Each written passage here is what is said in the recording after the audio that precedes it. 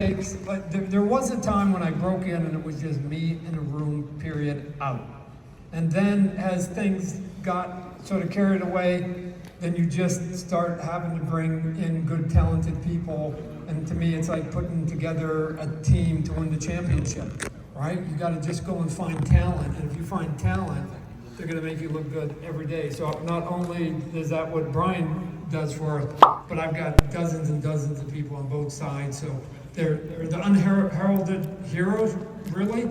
And when it works, sadly at times I get all the credit, right? But it's a good gig, right? So I feel like I'm the Queen of England, where I just come out and I just wave, and then people go, "What's he even do anymore? I don't even know what that guy does." And you get all the credit, but we wouldn't be doing all the good stuff if it wasn't for a team here. So I only have a small part in it of kicking the ball down the street to begin with 30 years ago, and then I've had literally hundreds of people that have helped. So anyways, if you ever run into any of my people, shake their hand, because they probably had way more to do with some of the cool stuff than I did at times. Yeah. So, and here's a gig.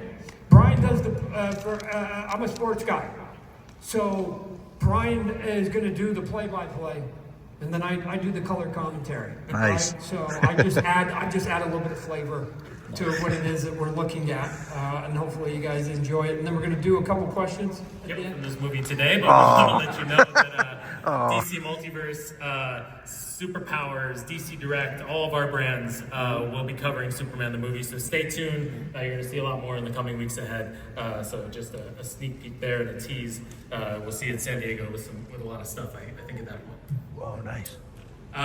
Really quickly, just some housekeeping. This is the dry part of the play-by-play that Todd was mentioning. We have a lot of stickers on our boxes, gold labels, which are exclusives, and we have some chases. The silver chases are different colorway chases, and then the red platinum editions are usually unique characters that are only at brick and mortar retail. So when you see those stickers, that's what you mean. That's what they mean. You're going to see them throughout the deck. So just so you know, as we go forward, that's what those things mean. But let's get to the product reveals and DC Multiverse, which rolls on into 2025. You'll see a bunch of figures here. Batman 1 Million, our marketing team posted online just recently, but Green Lantern Jade, Bizarro Classic, Eradicator. We have a lot of Return to Superman figures. And one of the comments is like, "Oh man, you do too many Batmans, you do too many Supermans, or whatever else." I don't think so, and here's why. Because there are brands that are evergreens that are 365 days, and if you think that there's one day that somebody's not a fan of that character, then you're wrong. And so it's weird that they go, "Well, you came out with a Batman in January and they don't want me to come out with another Batman till May." And it's like, there are people walking up and down the store aisles in February and March and April that are Batman fans. Every single day you can sell certain characters. Not all of them, but there are a couple that are the A. You can sell Spider-Man all day long if you want to, right? And so it's why Transformers has been out there forever, and certain other brands of toys. So you don't have to buy them, but to say that I shouldn't have a Batman figure or a Superman figure available 365 days is not knowing the customer, because we have them walking up and down every single day. So you don't have to get them, but there's lots of people that might have missed the January one, and so they're in the store in February, and it's like they're looking for a new sort of A brand of those characters. Essential Batman sidekicks like Commissioner Gordon, and then yes, two more Batman figures, but a cool looking Justice Lord and Batman Year One figure there. So some newness there. So one of the things, and then Superman from the New 52. So you can see a good array of characters. We're diving deep into the DC universe, as Todd was just saying, but we're trying to fill out everybody's collections as we go. I just did it actually about 2 hours ago. I did an interview. Somebody's doing a documentary on Jack Kirby. Oh yeah. And they were like, "Hey, who's your favorite Jack Kirby character?" And I'm like, "Mr. Miracle," because he's fun, but he also looks like a toy, right? Yeah. I mean, he looks like a comic book character, and he looks like a toy. Yeah. So just so you know, sometimes we just pick characters because they just look good. They pass what we call the eye test, right? So they might not be the most popular, but when you walk by and you go, "Man, that's kind of cool. What is that?" Right? So if something The very first line we did, we put two characters out there. One was I dubbed it, it's not the official name, Brian knows. I called it Superman in armor and Batman in armor, right? And they were the big ones with the big wings and the big capes and whatever else. One of them appeared, I think, in one panel. That design appeared in one panel of one page of one comic book. That's the sum total of that character. The other one I think was in a page and a half. But they both look good, right? They were like, even Warner Brothers going, why do you want to do those? Like, nobody knows. I'm like, dude, I'm selling toys.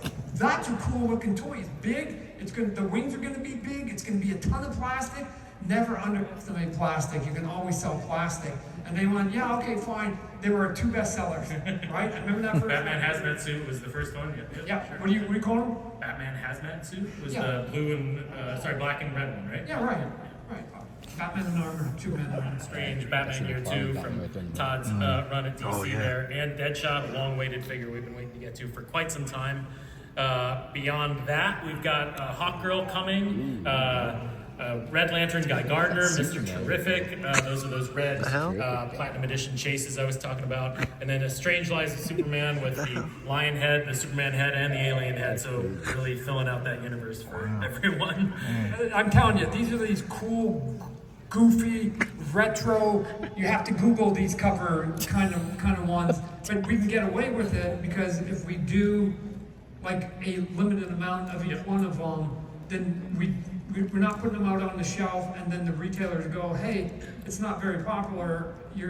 So I'm not going to make 1 million Hot Girls, but we'll make enough that we know that they're going to come and go because I think there's enough of a pent-up demand that will go in and out, and that'll allow us then to do another deep cut of another character. I mean, if you're a DC Multiverse collector, it can get probably unwieldy right now. So. I think ones that people will be excited about. So Dark Archer, Dark Stars is an army builder, Beast Boy from Bronze Age, Kite Man, Deathstroke Classic. We haven't gotten to Metron, again, New Gods related characters. So Mirror Master, any Flash fans who want that Rogues Gallery, there's a great one for you there. So look for those. Those are early renders, not final sculpts, but in summer of 2025, you can expect those to come out. Yeah, Kite Man, come on, who didn't want a Kite Man? Right? These require likeness, they require a lot of detail, a lot of tooling. So a whole new brand category just for theatrical deluxe edition. We're gonna see some Superman movie figures in this line as well. But there's one movie rather, that we haven't gotten to yet that we think y'all will be pretty happy about, which is Batman Returns. We were wrong. Yeah. So originally this was going to be a build-a-wave. We pivoted it to this new line. So Batman, Penguin, Catwoman, and then Max Shrek. We like Christopher Walken figures here. We've done a few of them so far. Right? Let's go. Yeah, that's awesome. What do you mean? They got missiles in the back? The robotic penguins. Nobody's done that one. Yes, that's awesome. Again, sometimes you hit it, sometimes. From many years ago. Yeah, and again, what you're not seeing here, if you're not familiar with all of them, they were all taken from an image or a cover that the artist did, and we try to be somewhat faithful, if not 100% faithful, as much as you can, given that you got to translate something from 2D to 3D. The one thing that always struck me that was interesting, and I think that Funko Pops are a good example, is that you could sell Freddy Krueger if you kind of made him cute, right? where mine were like super realistic, and I had blood splatters on them, and I had like knives and whatever else, and to some people that sort of pushes their good senses. But if you make them look like a 3-year-old in the Funko Pop, people would go for it. So what that tells me is that if you can find a factor form, that's the word we use in our industry, that sort of makes sense, and then you just sort of go in and repeat it, then you have a chance to sort of have a little bit of fun. So the two things that we're looking for on the Todd mods, and they're not very big, they're like vinyl. Like from day one, we've been doing some Mortal Kombat, some of their more advanced stuff. And so they had Spawn, right? Yeah.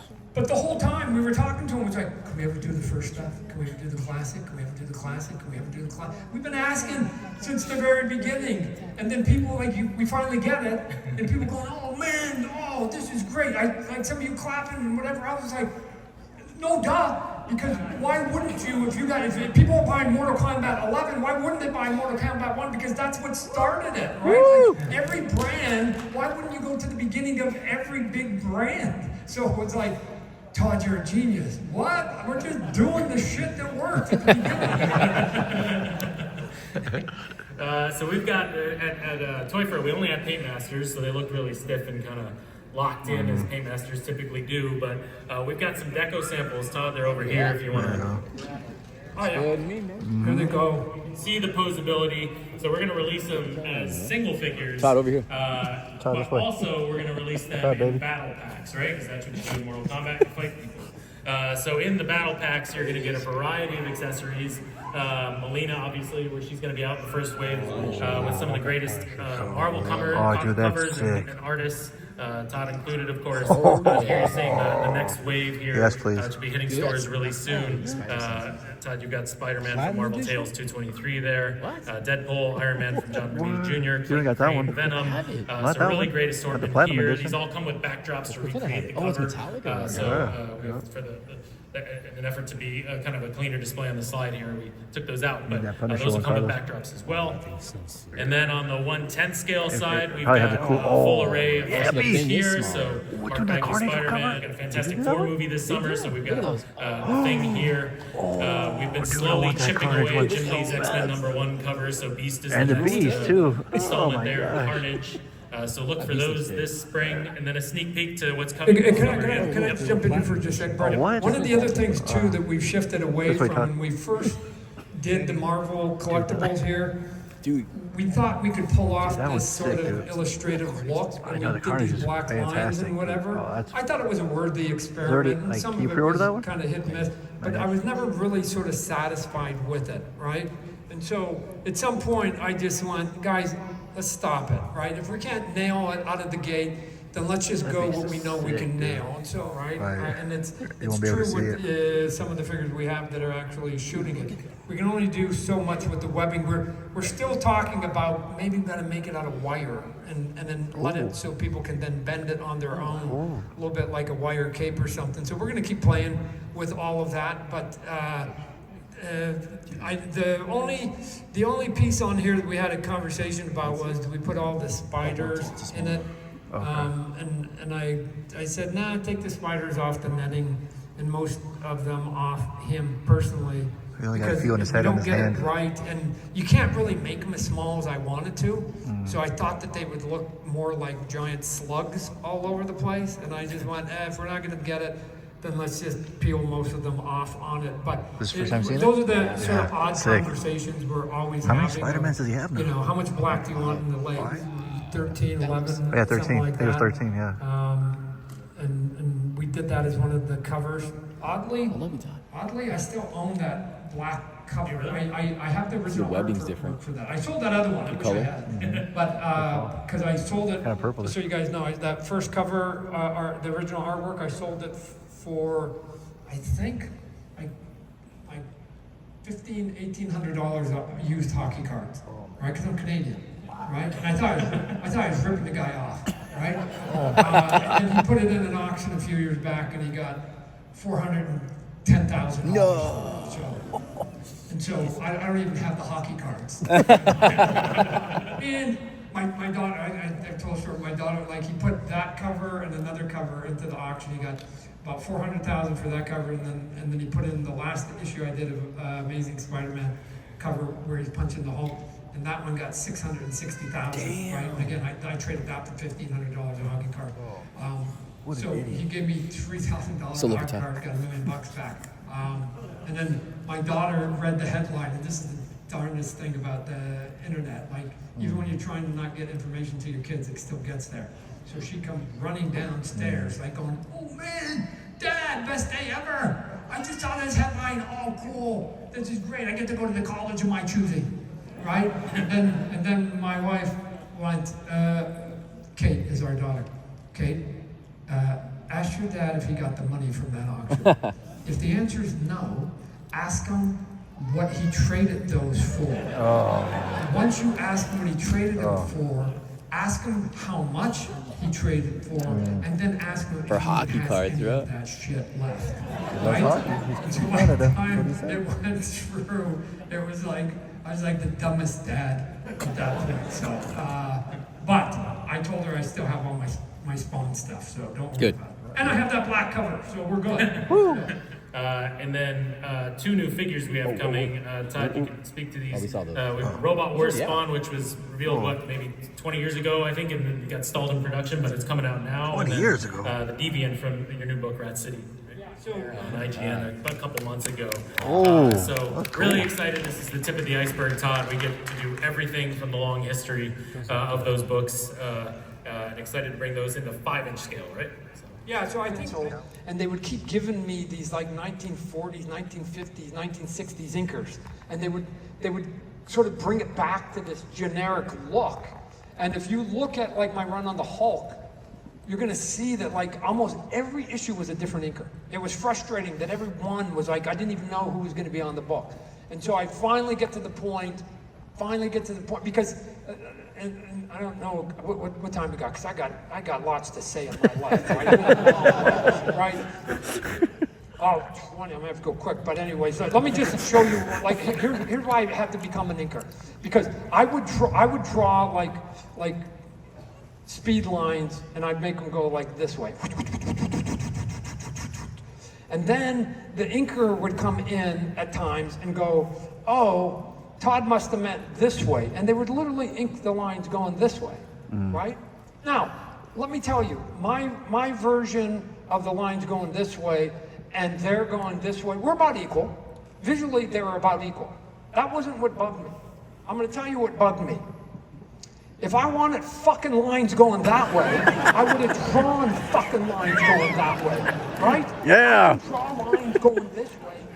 I probably, I don't know, drew them that way because I wanted them to go that way. Like, I don't understand it. Like, I can make lines go up and down. Why are you making them go this way? So I was done. I phoned up the editor and I hate it. I've never done this. This is the only time I've ever done that where I did a power play. And I phoned up the editor of the Batman Year 2, and I knew he was being a crunch because it was part 4, and they had to get it done. And I went, Denny, his name is Denny O'Neill. He's not on the planet with us anymore, but he was a good man. He was a good man. I went, Denny, Todd, I got to tell you something. I have to ink this last issue. All honesty, I've never inked before. I don't know how to ink. I know nothing about inking. But if I don't ink, I got to quit. And I knew Denny wasn't going to want 3 artists and 4 issues, right? He wasn't going to want that. So he had no choice. He had no choice. He's like, ah. And I know he wanted to say no, but he looked at his deadline and he's like, fine, you can go ahead and ink it. He took $2.98 and he went, oh man, thanks, Todd. First Spider-Man, this is really cool. I think I'm going to frame it. I love you, son. I'm going to put this on my wall. I'm proud of you. I'm going to go frame it. So he took that page of artwork and he went to Kmart. And he went, okay, let me see, because it's a weird size. And he went, no, oh, here's one. Oh, this one's pretty close. And then he went home and he took a pair of scissors. No, you guys know what he just did. And he cut the page to fit the $12 frame.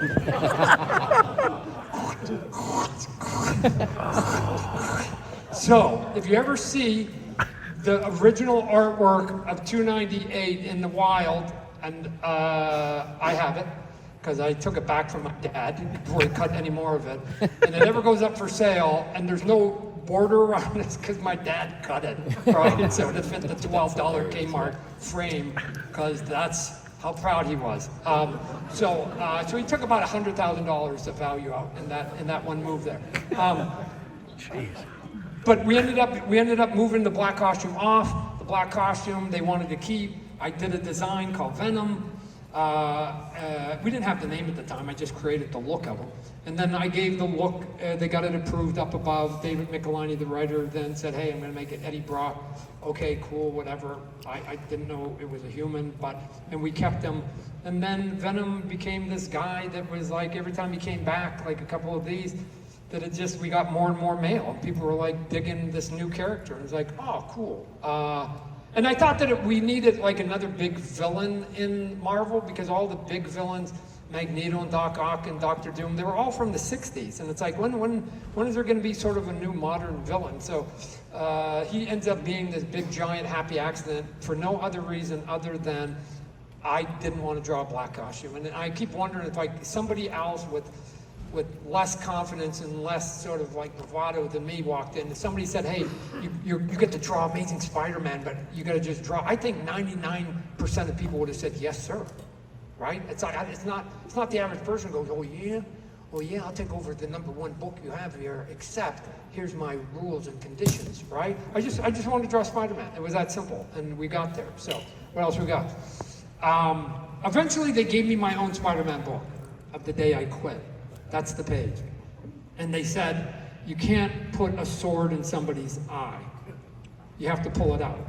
Now remember, if any of you old people, if you remember the death of Elektra, remember how that cover looked? She got stabbed in the gut and she was getting stabbed, right? I'm like, what are you talking about? You can't stab characters. Jerks, he's autistic. I'm going to be nice to him. You jerks aren't.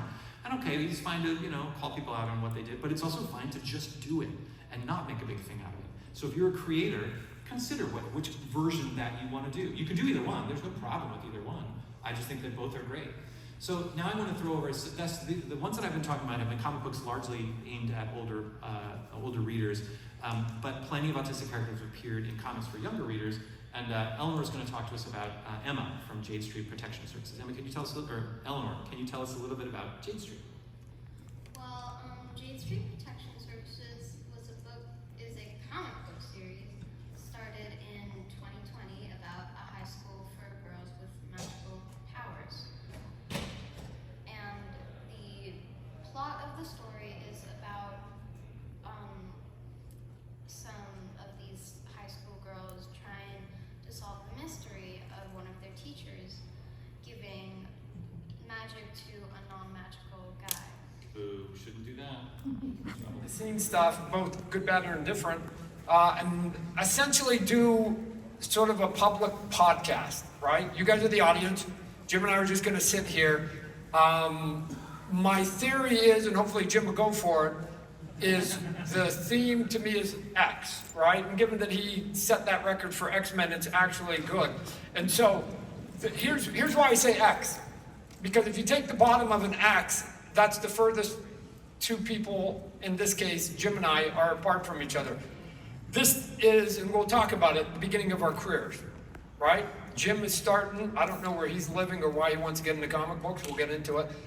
I'm over here, and eventually we both get into comic books and our careers go and we hit the cross. And that becomes Image Comic Books. Again, we'll talk about that. And then from Image Comic Books, eventually as we start getting older, our paths begin to diversify and we go again in our own direction. Test. Oh. So we're gonna have to get even here because here's what happened, because Jim and I are always trying to outthink each other. He's an executive for DC. He was doing a panel for DC. So I said, hey, I usually dress down. I'm gonna put on my jacket because I wanna look as good as Jim because I know Jim's gonna look sharp coming from his executive panel. Wait, I think I look sharp, but Well, Jim said he had a jacket, but he goes, I'm gonna be on a panel with Todd and he always dresses down. He's a schmuck, so he's gonna dress down. So we actually ended up flipping. So he looks like me, I look like him, so I'm taking my damn jacket off. I have lots of things in my pockets. I got stuff. I want my silhouette to look good. Cash. Oh, he's got a so, Jim. Warner Brothers credit card. Anyone need a private jet somewhere? So here's I'm going to ask you some questions. You can ask me whatever you want. We have nothing planned here. There are actually questions I don't know, right? After all these years, right? We've both been at it now for close to 40 years. Why and how did you get into comic book? I mean, obviously, I'm always telling my story, but I don't know, like, at what point did you go, I want to get into this profession, and how did you get in? I don't even know that story. Gosh, I was like 10 years old, and I remember you on the Incredible Hulk, and I was like, wow, this guy is really good. Hold a sec. How old are you? I was 10 or 8 maybe, I think. No, Todd is a peer of mine. I was born in Seoul, South Korea, and I remember watching Superman cartoons. Max Fleischer, I don't know, I'm way too old, but they're fantastic. They're on YouTube, I think. And so I knew of Superman, and I was already engaged with superheroes at the time, and I was like 3, 4 years old. And I had a art teacher come to the house, and we would draw. So I've been drawing for as long as I remember, and I've been associated or engaged or entranced by superheroes for as long as I can remember. Then we moved to Warren, Ohio, Youngstown, Ohio, when I was 4 and a half. And when I came here, I didn't speak any English, new culture, everything was different. And but there was one thing that was something I recognized and super familiar, and that was Superman. And so I immediately gravitated to comics. And I think at the time, or for a long time, even as an adult, I thought I was into this stuff because they're powerful characters, it's a power fantasy, who wouldn't want to be Superman and have X-ray vision and fly through the skies? But I think now, as an older person, looking back on it, I think those comics really represented an emotional escape, right? Like, imagine going to school and everyone's looking at you weird and you don't understand what they're saying, and the anxiety you would have, and just like how tense and stressful that would be. But I get home, I open the comic book, I see a character I know, I go into this other world where it's all like these crazy adventures, and it was escape, I think, from everyday sort of anxiety and all that kind of surrounded it. So I think it was really an emotional escape for me, and that's why I really gravitated towards comics. So did you collect comic books then from that moment on nonstop till you broke in?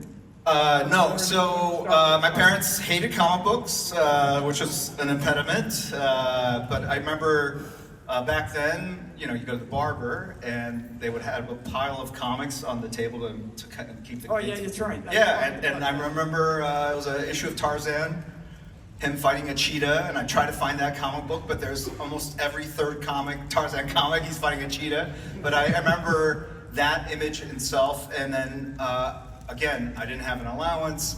My parents were really fond about me reading comics, and I would basically steal, beg, borrow. There were a bunch of other kids in the neighborhood that had comics. There was this one older kid that had literally a cardboard box, like a big box, and all the comics were just piled in there, not even bagged and boarded, just a pile of comics, and we'd go in and give him a nickel and grab a comic, and that's Okay, so let me ask you a question because I want to get a CGC. But my comics were literally also in the closet. Yep. And I would come home every now and then from high school, and they were no longer in the closet, and I'd say, "Mom, where are the comics?" And she would point to the trash can outside. Yeah, Mom. at least twice. here's the story you never hear. Dad threw out all your shit. Dad never does that. It's always No, Mom. nowadays, guys are skateboarding in their 50s. Billions of dollars of cards, comic books, video games. Mom, I had action the number GDP one. of this country would be much higher if you didn't clean up shit. Yeah. So, or one time I was coming back from a friend's house, and I had like 3 or 4 friends that secretly collected and read comics, and I would go over and have a play date or whatever. And then one time in Missouri, St. Louis, where I grew up, we got in a car accident, and it was snowing, it was dark. And, I'm Canadian. We know how to drive in that. Huh? No, I wasn't driving. My dad Oh, got okay. into the accident. But we had to wait, like back then, you actually waited for the police to come and file a report. But we were in the middle of the road, and to get the cars off the road, we pulled them off the side, but to basically show where the cars were, he took my comic books and placed them where the wheels were. I still have the comic. It's encased in salt and mud and everything. And so that's what they thought of comics. They hated it. They would indulge me just to keep me quiet. It was sort of like the iPad back in the day, right? Like you buy a 25-cent comic, and your kid would be quiet for a 3-hour drive or whatever. So Let's talk about parents just for a second, of whether how much they supported or they didn't support. I've told the story before, and it's weird because when I repeat it back to my parents when my mom was alive and even my dad, they don't have any recollection of this moment that to me was very big. At some point, they asked me, "Hey Todd, I wanted to play baseball. I still play baseball. I keep threatening I'm going to post my schedule here. We just recently moved to Altadena and the Pasadena area, my wife and I. And my parents were not supportive of me reading comics. My dad was a doctor. He was the first of his entire family to immigrate to the United States. They came here for their American dream, for a better life. They wanted me to be a doctor. I don't know if there are any Asians here, but I think I'm the only person that actually had that kind of experience. So I've heard. It's a very common thing. Like they're like, you can be a doctor, maybe a lawyer, and if you have to settle, engineer, right? Like it was like really like, wow, it's just brutal. And everything they bought, like they would buy a lamp. I said, Jim, we bought you this lamp so you can study harder to get to medical school. And everything, like, we got you this chair so you can study better. And he said, what about Doc Ock? Yeah. What about Dr. Doom? Right. So I had to buy my own damn drafting table. And I bought it at Kmart for like $150 after I graduated college. I still have that table today. I drew all of X-Men on that table. It's not the tools. It's literally, and it's got all these notes and phone numbers all over it.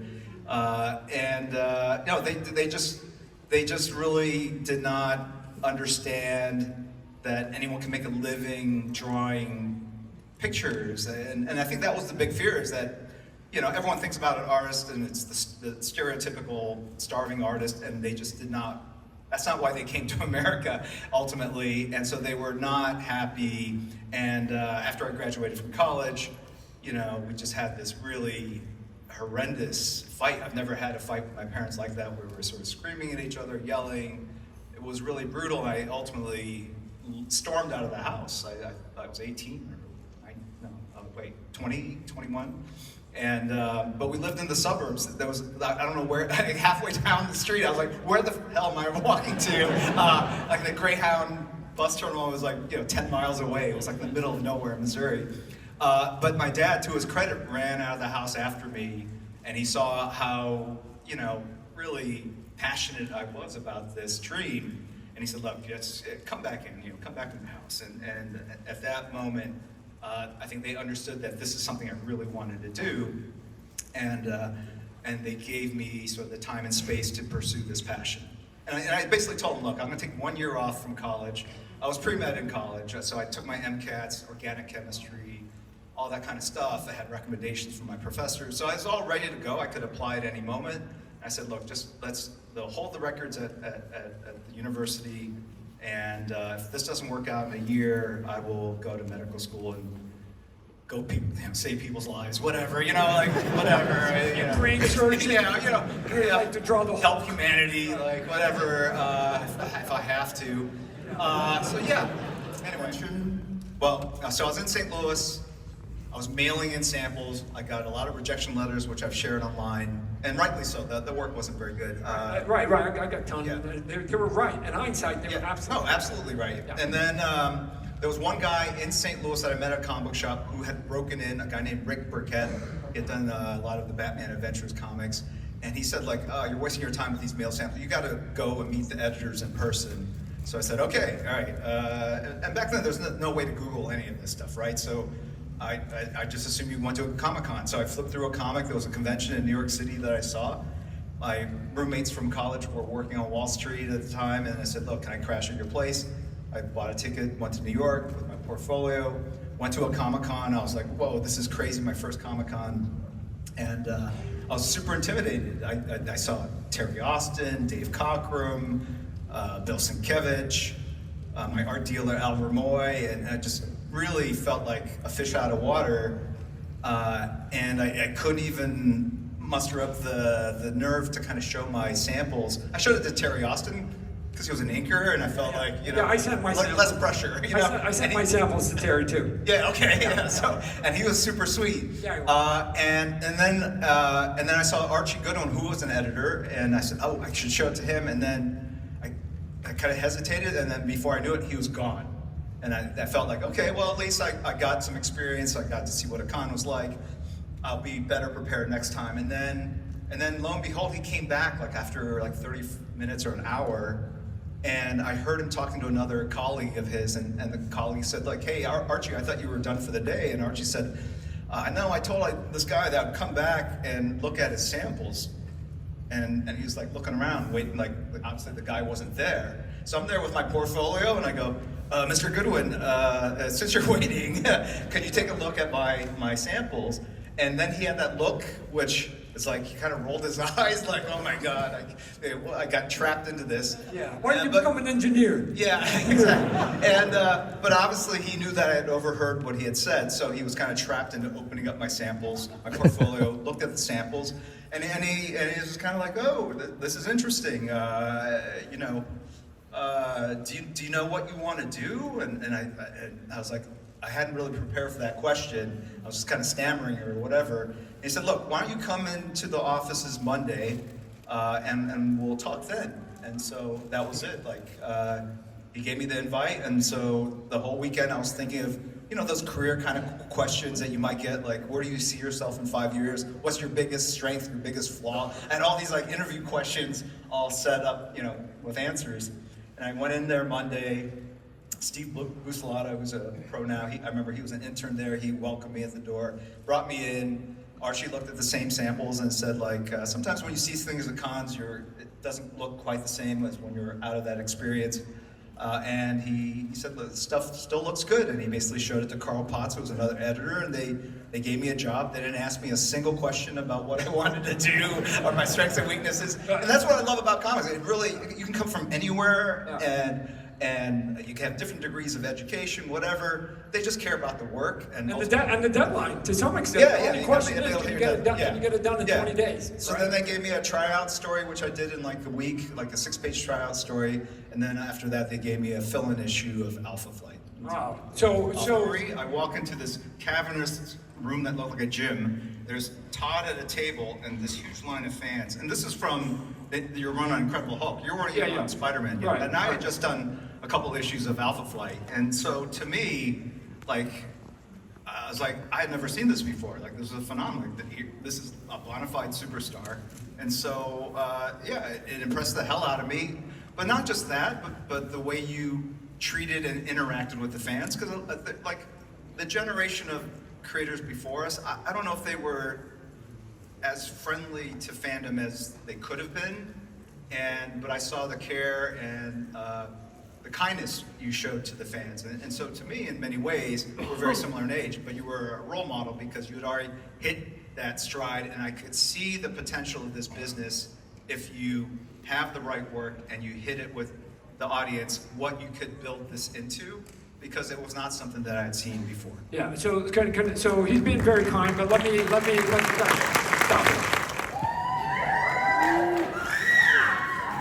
Ow!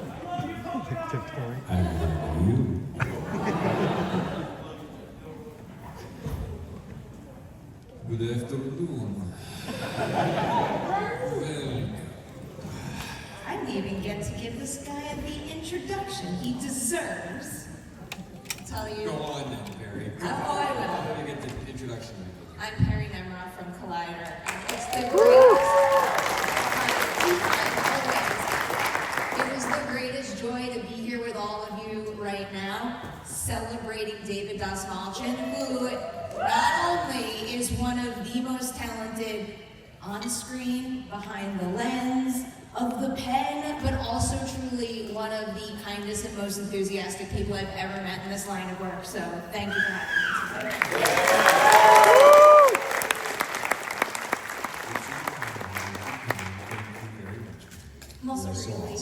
I'm really excited about this too, because we've had so many conversations over the years, but they're usually like short and sweet and project specific, and now I get to do like my whole big roadmap with you and learn how you got to where we find you today. So one of the first questions I always like starting with to get a little bit of a baseline is, what would you say is the movie you saw, the performance you saw, personal experience you had, whatever it may be, that first made you say to yourself, I need to be an actor? A lot of my answers will come in threes, you guys. So it's a three-pronged answer.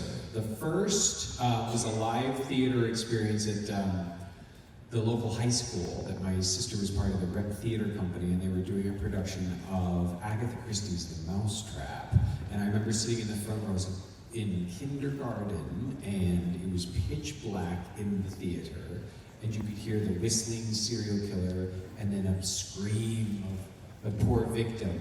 And I was always really addicted to the old Halloween sound effects records, so to me it was like, oh, hi Brian, hey guys, how's it going? It was like this big explosion of like a live sensorial experience in a terrifying space, and I loved it. The other thing was watching in kindergarten at the Oak Park Mall movie theater with Brian Bishop and his mom Kathy Bishop, a matinee of the Muppet movie, and seeing something that just transported me and said everything that I, at that moment, and still to this day, believed I loved about life. And the last thing was watching Cremation Warden's Friday Nightmare. One of the first episodes I ever saw, it was our late night creature feature show in Kansas City, and she was playing the Hammer classic Curse of the Werewolf starring Oliver Reed. And that performance, I go, that's acting. Like that's so cool. It was so, I was so moved. I was sad emotionally, and I was terrified. It was all of the things.